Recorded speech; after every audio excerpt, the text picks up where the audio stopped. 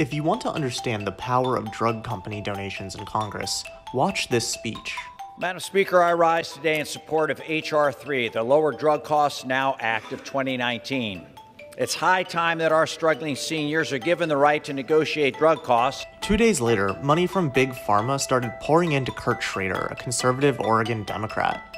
$2,500 from Abbott Labs, then $2,500 from Pfizer, $2,500 from Amgen, and so on. Within 2 months, Schrader voted to weaken the bill to lower drug prices. Today, he's trying to kill it entirely. He has now accepted $1,060,158 from pharma PACs and executives. This time, we are going to make sure Medicare can negotiate with the drug companies for prices, reducing them by 60%. I promise you we'll get that done. For years, Democrats campaigned on the promise of lowering the cost of prescription drugs. Every Democrat in Congress voted for it in 2019. They even chanted about it during Donald Trump's State of the Union.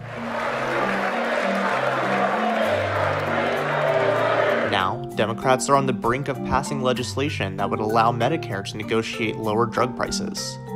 90% of Americans support it. But a handful of conservative Democrats who previously voted for this policy suddenly oppose it, despite the fact that it would help millions of working people. So what happened?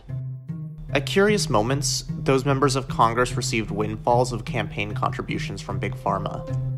Representative Scott Peters also voted for lowering drug prices in 2019. We're going to have to take out the incentive, this crazy incentive to charge higher prices so that you can get to customers. It's a system that we're going to have to change here in Congress. But this May, he flipped his position and wrote a letter opposing President Biden's drug plan. Within days, he received $28,600 from Big Pharma lobbyists and executives, including the CEOs of Pfizer, Eli Lilly, Bristol Myers Squibb, and Merck. All in all, Peters has accepted $1,438,546 in campaign contributions from Big Pharma. Representative Peters' letter was signed by 9 other Democrats, including Kathleen Rice and Kurt Schrader. Within weeks of the letter, Kurt Schrader received another $11,000. Kathleen Rice received over $3,000. And then, when the bill came up for a vote, Peters, Rice, and Schrader all voted against it.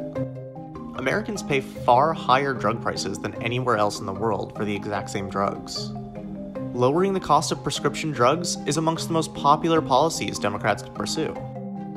Democrats promised they would pass it election after election. But a handful of corporate-backed conservatives stand in its way.